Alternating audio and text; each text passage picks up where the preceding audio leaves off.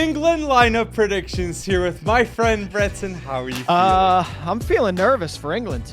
I'm feeling very nervous for England. No, I mean, I'm just so excited. Euro's on the horizon, feeling amped, feeling ready to go. And any way you slice it, England has an amazing squad, even despite some bad absences, in my opinion.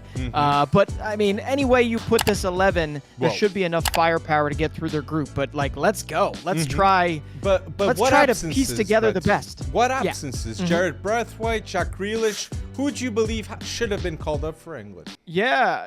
I mean, Jared Braithwaite is kind of the biggest one for me. I mean, I guess I understand Joe Gomez because he's versatile. I guess I understand Ezri Konsa. He has been, and it's been very good for Villa this season. Relatively underrated, I would say. But Jared Braithwaite, I mean, covered a lot of ground. He was one of the better center backs in the league for an Everton team that, yes, it looks like they were in amidst a relegation fight, but we have to remember how many points were deducted. They actually had a hell of a season.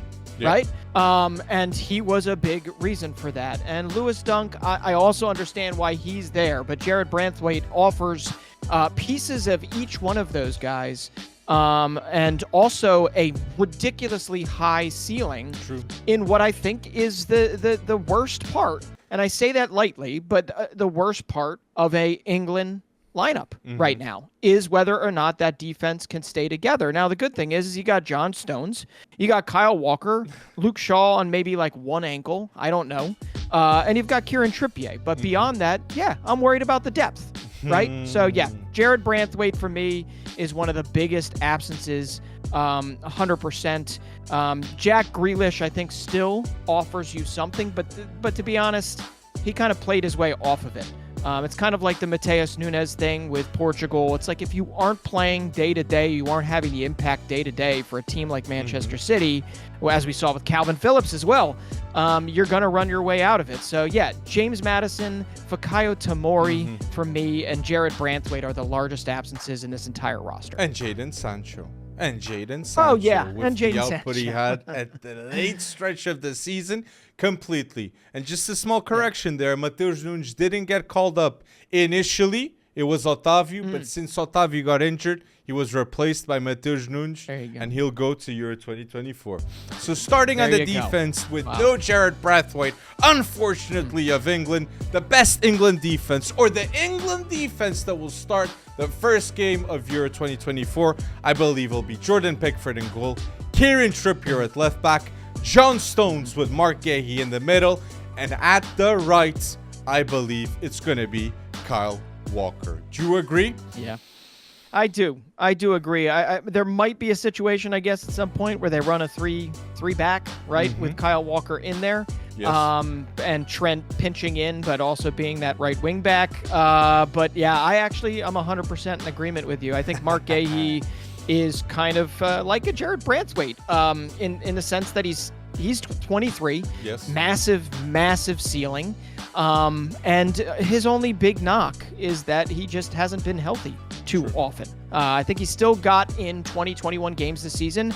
And there's a reason, I guess, that there are 4 Crystal Palace players, the most represented Premier League team in the entire England lineup. Would be 5 with Olise.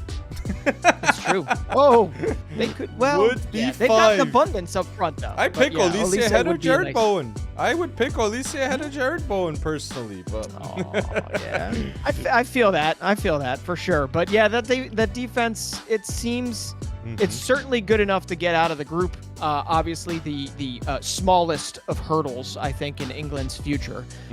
Whether or not that lineup stands the test of time throughout the knockout rounds is going to be very clearly a question. Least against Serbia. We're predicting the team for against Serbia, and everything can happen in a tournament, okay? Adam Wharton at the end of Euro 2024, who knows? Maybe he's the lock-in starter of England, and he is bold if that's the case. Or Kobe Maino, which for many people, he should start.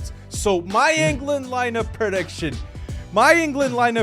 for the game against Serbia, so I'll have in goal Pickford, Kieran Trippier left back, my 2 center backs, John Stones, Mark Gahey, and at the right, Walker. Then my midfield, I put Declan Rice with Trent Alexander-Arnold. It's not my midfield, it's the midfield I believe will be against Serbia. And Jude Bellingham at the 10, Phil Foden at left wing, Bukayo Saka at right wing, and striker Harry Kane. Do you also agree with me, Breton, that this is going to be the lineup? I do. I think the only real alteration, Alex, might be, I feel like it's already been said that Alexander-Arnold is going to start in the midfield. I don't know where that came from or whether or not there's a substantiation of that.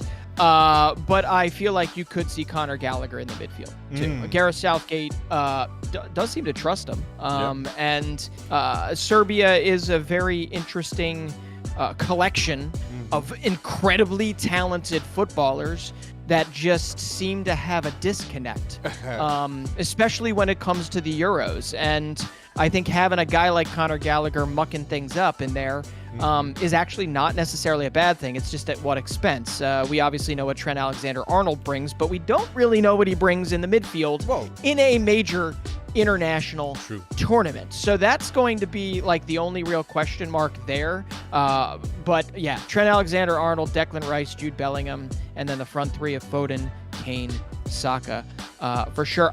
I don't know anyone out there what you would necessarily do to fit a Cole Palmer in there, but just like you mentioned, whether it's Kobbie Mainoo or it's Adam Wharton, I mean, we do feel Cole Palmer's going to get an abundance of chances and likely a start or two, and I have a feeling he will come good. My only knock on this whole England side right now, especially on that front end, is, again, it feels a little Serbian in the sense of it's this collection of talent that they have not yet really kind of gelled together, right? A bunch of really, really good, explosive, phenomenal players, and it's whether or not they can become a cohesive unit by the end of the tournament, and I'm guessing they will.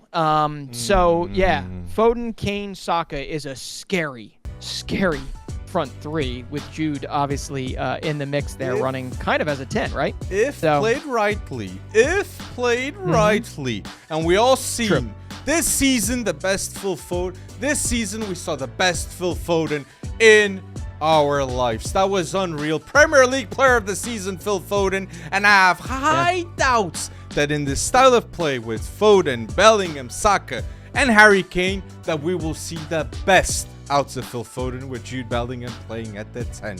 And we know that Jude Bellingham can play at the 8. So, in some situations, in-game situations, don't be surprised if Southgate plays Declan Rice, Jude Bellingham with Phil Foden as the 10 of this team. Okay, so there's a lots of combinations, a lots of dynamics that we can have, but for sure, my preferable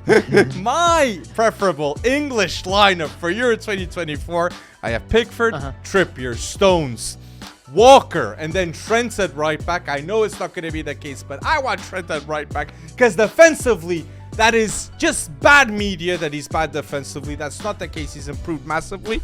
Then I would put personally Declan Rice, Kobbie Mainoo, and then Jude Bellingham, and I'd put Foden, Saka, and Harry Kane, because I believe that Southgate will not put Phil Foden behind Harry Kane in the middle with Jude Bellingham, when Jude Bellingham has this phenomenal season. That was the lineup I would like to see. And it's an honest question for you, Breton.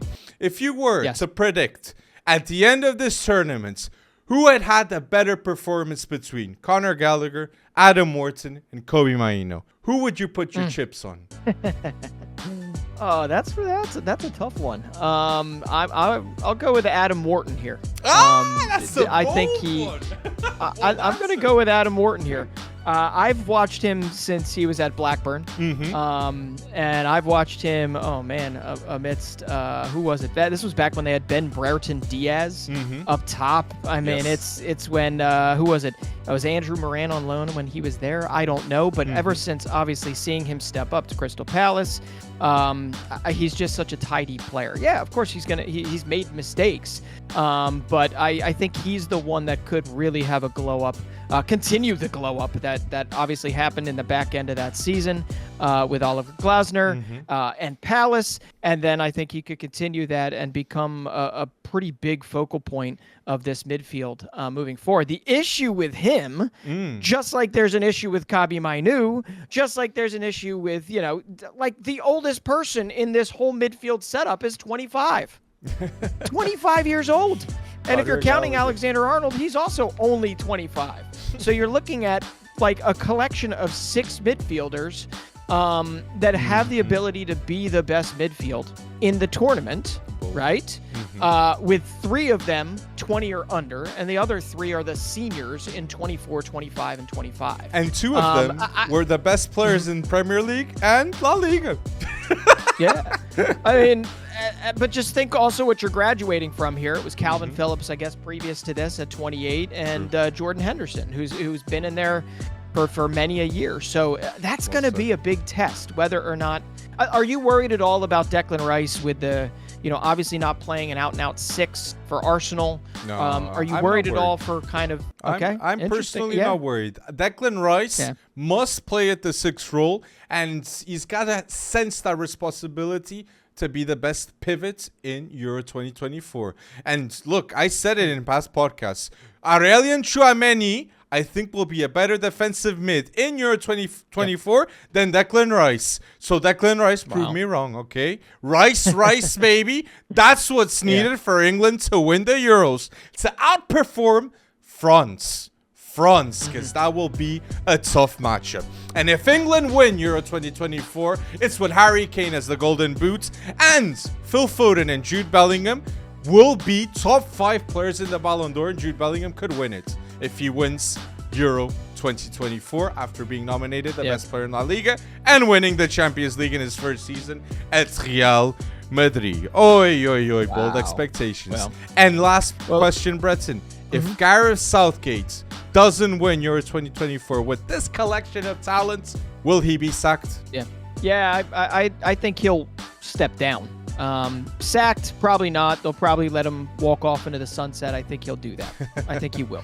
I think even if he wins it, he might even do it. Although probably not, because then you want that World Cup 2026 right around the bend. But I think to a lesser extent, obviously, than say me screaming at the clouds about Berhalter in the USA. Obviously, there are so many English fans out there that feel like if they win this tournament, they do it in spite of Gareth Southgate and not because of him. So I think, he definitely, if it's final or bust, and if he doesn't win it, he's gone. And then that opens up a ridiculous race to who fills one of the most coveted spots heading into the maturation of a phenomenal team, right? Heading into World Cup 2026. And I do have to say, from an absence perspective, they are going to miss Harry Maguire. And I know he's much maligned from the Manchester United perspective, but in the England setup, he's a different person. He's a different player. And it was a choice. Yeah. So Gareth Southgate might have seen in trading that Harry Maguire doesn't have that output anymore. So the last snapshot we have of him was making team of the tournament in 2021 at the Euros, at least from a Euro perspective. Exactly. That might not be the case anymore, but still, he could have definitely helped in this defensive setup, in my opinion. I understand your point of view, but I disagree. Because you have John Stones, a Kyle Walker, a Trent Alexander-Arnold, players that have won Champions Leagues, and that mentality, I think he